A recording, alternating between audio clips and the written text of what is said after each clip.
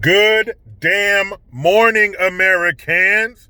Jericho Green here with you once again, live from my new office. That's right, it was time to get a larger vehicle. My children are growing, so is the equipment that we carry around with them, bikes and whatnot. My daughter's in surf class, so I need to get something a little bigger. I had my last vehicle for about 8 years, but it was time to upgrade, and it was hard to say goodbye. I love that car. But this new F-150 is pretty damn nice. Speaking of, I got to give a big shout out to Iris, the wonderful lady who helped us at the dealership. And it was kind of funny. They want to know what you do, how much you make, all that kind of shit. And so I told her where I worked, and then I told her where I'm also a YouTuber. And she was like, all right, well, what kind of stuff do you talk about?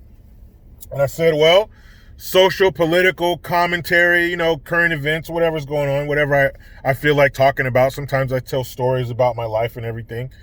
And she was like, all right, that's cool. But I didn't want to give too much. I didn't want to tell her that it was conservative or that it was pro-Trump, because I didn't know how she felt about those issues. And people can get real serious and do some stupid shit because they disagree with you on those topics, which is ridiculous. Why can't we just agree to disagree, move on? You do your thing, I'll do mine. Why you gotta cancel people and fuck their life up and what do they call that? Dox them and shit like that. So, and I'm not saying it would have come to all that, but what if we disagreed and she caught an attitude because she's a never Trumper? I didn't want to chance that, so I just told her, that's what it's about, whatever. Turns out, Iris feels the same way. She is not down for these riots and these peaceful protesters and trying to fuck America up, and the China virus, or I like to call him the sweet and sour sniffles. She wasn't having it. Iris, you're a great woman. You're excellent at your job. Your boss needs to give you more money, period. Also, yesterday I was on the wharf with my son. My daughter was at her surfing class, and so we went down to the wharf to catch crabs and stuff like that. And I'm standing there, and I have my Jericho Green backpack on, which you could have too, link in the description box, get your green gear. And she came up behind me, and she said, are you Jericho Green? I was like, yeah, what's up, blah, blah, blah. And she was with her daughter, who I brain farted and didn't get her name. Shout out to you. Thank you very much for her service. Her daughter's serving in the Air Force. Navy's better, but thank you very much.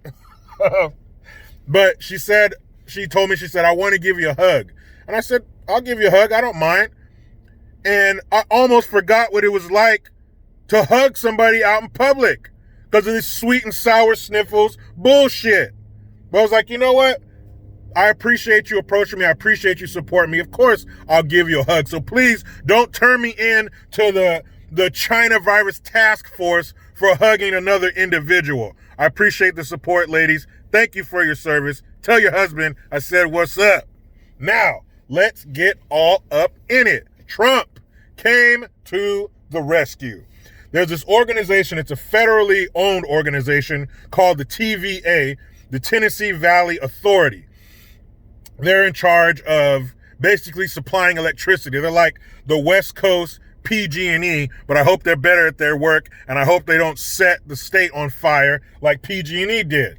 But they supply electricity and like flood control and all this kind of stuff in the area. So they decided they were going to get rid of 200 employees. That's sad. A lot of people have been laid off or fired because of this bullshit going on. You don't have the customers, so therefore you don't need the staff if the customers aren't there. But to add insult to injury, they replaced these 200 Ameri-CANs that they fired with foreign replacements. That's right.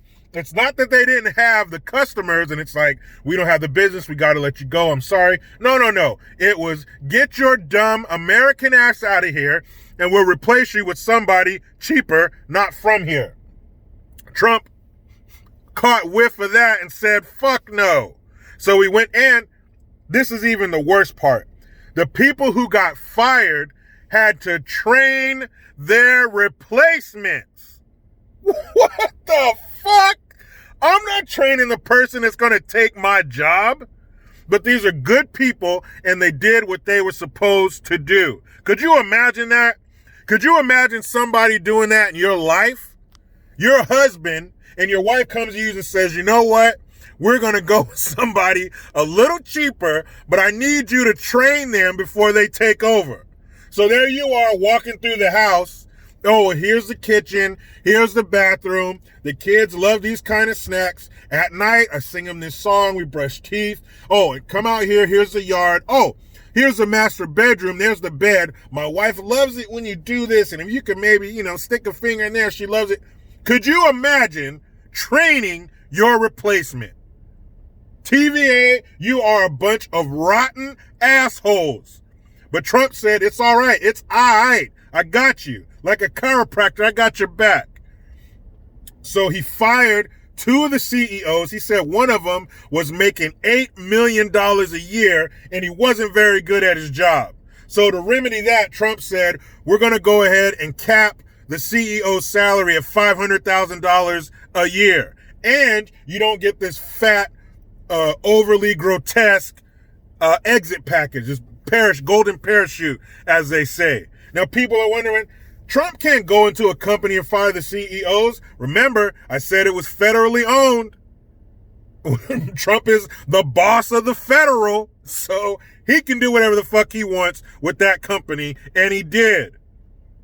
It shouldn't have to come to that. How are you going to let go of 200 people and replace them with cheap foreign labor? That's fucked up. You know how I know? Because that's what they're doing with this entire country. They're getting rid of us and replacing us with cheap foreign labor. That's why wages don't go up. That's why if you don't speak Spanish, it's hard to get a job. Go to Southern California. You got young, white, black, Mexican kids, whoever was born here. You got young American kids who can't get their foot in the door because they don't speak Spanish, and they're not going to hire them. They've been doing that. They're doing that with the new voting bloc, the illegals. They're ushering our stupid, hard-working, tax-paying asses out of the way so they can bring in our foreign replacements. Not in the TVA. Not this time. Why does Trump have to come down off the White House mountaintop to deal with shit like this? Why would you do that? How fucked up is that? But he made them promise to reverse this. So those 200 people are going to get their jobs back. And the 200 replacements, well, who gives a shit? Go back home. Period. So, also true to form, Chicago. More riots broke out. Why? Was it because of those innocent little children being gunned down in their homes when they're just being kids? You're a child a hell of a lot less time, a hell of a lot shorter amount of time than you are an adult. So the least we could do is allow those kids to be kids and have fun. Not Chicago. Your ass will get killed even if you're being a little kid. So they took to the streets to protest. What's that? Oh, shit. Never mind. They weren't doing that because of the innocent kids. These fucking savages were down there looting, smashing windows, taking cash machines, taking merchandise. Why? Because some dumb fuck pulled his gun on the cops and shot at the police. Guess what the police did? The police shot back. They're better shots, so they hit his ass. I don't know if he's dead. I don't really care. If you're dumb enough to pull a gun on the police and shoot at him, you need to be removed from the gene pool. You're obviously a fucking dummy, and we don't want you making copies. So hours after, which surprised me, that was very fast, but thanks social media, hours after, hundreds of people descended, hordes of dumb fucks descended on downtown Chicago and got to smashing. So the police show up, over 100 arrests were made, 10, 12 cops were injured, none were killed, fortunately. I wish the headline would have said, more than 100 ass whoopings given out. Fucking arrest. What are you going to do with this no bail bullshit? Take them to jail, get their fingerprint, send them on their way out the damn door? You'd have been better off taking out your nightstick and beating the shit out of those people and letting them go. But that's what happens. They didn't lift a finger. Nobody made a fucking sign. Nobody marched down the street when those poor little children were murdered. They shot a 13-year-old girl in her forehead. They shot a 3-year-old in his chest. Nobody gave a fuck. Crickets. Nothing. But some stupid ass little Thundercat pulls his gun on the fucking cops and you're hitting the streets for him. What the fuck are you doing in Chicago? And Mayor Lightweight, or whatever, I call her the sloth from Ice Age. Look at a picture of her, look at that sloth, tell me you can't tell them apart. She said, oh, well, there was lots of surveillance, so we see you and we're coming for you. Where the fuck was this tough talk when the youngest members of your city are being struck down?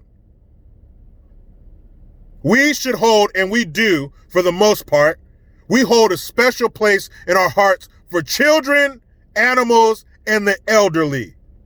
Those groups deserve a little extra protection because they may not be able to protect themselves. You want to have this tough talk? We're coming for you. Why don't you say it in a situation you're supposed to? Fuck these people. Fuck these dumb adults pulling guns on the cops, getting blasted. I don't give a shit about them. I don't care about adults. I care about kids. They need to be protected. And you don't give a fuck when they get killed, but some dumbass gets shot who deserved it, by the way, and you want to get up there talking like you're a badass and you have control over your city. Your city is a fucking disaster. You ever been on a beach cleanup? You get in a long line, shoulder to shoulder, and you walk down the beach and pick up every piece of trash in your path. That's what needs to happen in Chicago. Trump needs to get those fucking federal troops in there, National Guard, whatever you want to do, make a line, shoulder to shoulder, walk from one end of that city to the other, and clean up every piece of trash in your path. These motherfuckers want to burn down a business? Go down there and burn down these fucking drug houses, these trap houses as they call them. Kick in the doors of these worthless fucking baby machines that keep pushing out kids in these war zones and stop them. Why don't you kick in one of these gang hangouts and stop them? They need to do a sweep from one end to the other and clean up that fucking canker sore on the taint of America known as Chicago. Gonna riot for some dumbass who pulled a gun on the cops. Stupid ass, you deserve to get shot. Anyway, why don't we wrap this up with a little story time with Uncle Jericho? I'm trying to tell you a story. So, I'm going to tell you about the time that I got my ass whooped in the principal's office. That's right, second grade. Let's go back 1987. So, I don't know if you gathered, but I was a bit of a gregarious child. I wasn't shy, I was a social butterfly. And during class is not the time to be social. I learned that. So, my teacher, Mr. Dutro, I'll never forget him. He was a good guy. He looked like Tom Selleck. All the other teachers wanted to bang him.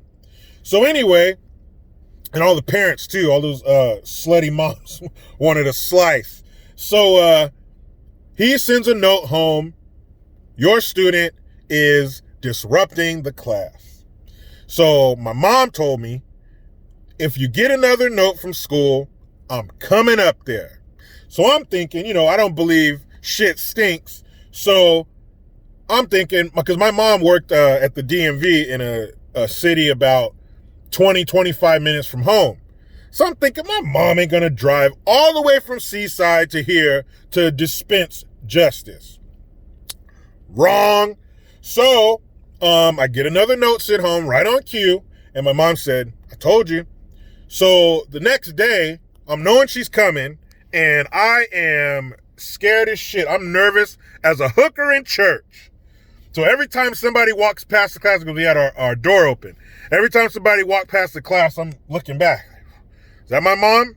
Every time somebody came in the class, oh, is that my mom? I couldn't even enjoy recess because I'm thinking my mom's going to come walking across the playground like the fucking Terminator. So all day long, I'm looking and ducking. You know, I was a model student that day. Paying attention, sitting up front. That's interesting. So anyway, at the end of the day, we all lined up against the wall outside the classroom, and then the teacher would take roll, and then you go out to the playground, have like a 10, 15-minute recess. The bell rings, you go straight from the playground to the buses and go home. So we're lined up against the wall at the end of the day, and I thought, I made it. My mom's not coming. I'll take the ass whooping at home. I've done that. I'll take an ass whooping in the privacy of my own home, but not in front of my friends. That's just too embarrassing. So we're lining up against the wall. I'm all happy and shit, like, yeah, I made it. And I hear these footsteps coming down the hall. Now, where we were was like a big U.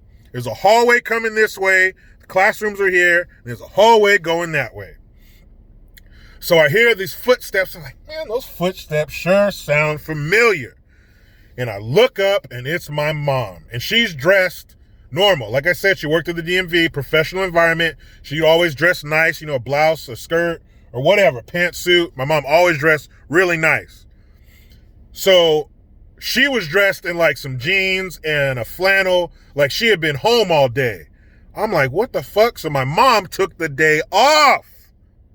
So she comes walking this way. Naturally, I go that way, away from her, to get to the principal's office. For some reason, I figured if I can get to the principal's office, he will save me. Shout out to Mr. Allen. He ended up being a teacher at my high school years later, and he comes into my work all the time. Great man. So I go into Mr. Allen's office thinking, I made it. Mr. Allen's going to be like, no, you can't do this. You're not allowed to spank your kids in school. You need to take this home, right? So I come around the corner and I run, and at the time you got an ass whooping on your mind. You ain't worried about no damn rules. So I came in the office and then went to the principal's office, and he's looking at me like, what the fuck are you doing here? And my mom comes a few minutes later, and she has a belt wrapped around her hand, and he looked at her and looked at me, and he said, oh, I see you guys have something to handle.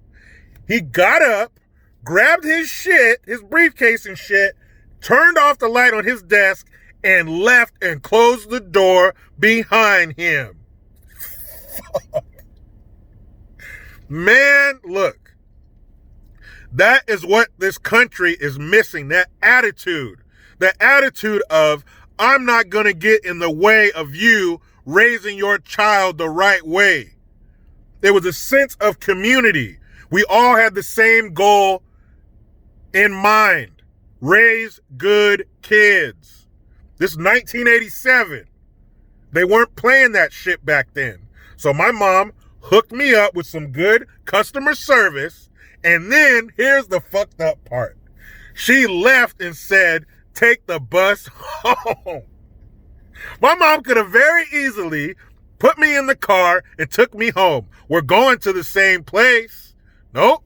I had to get my little mad, freshly whooped ass on that bus, just hoping somebody would fuck with me. I was so mad.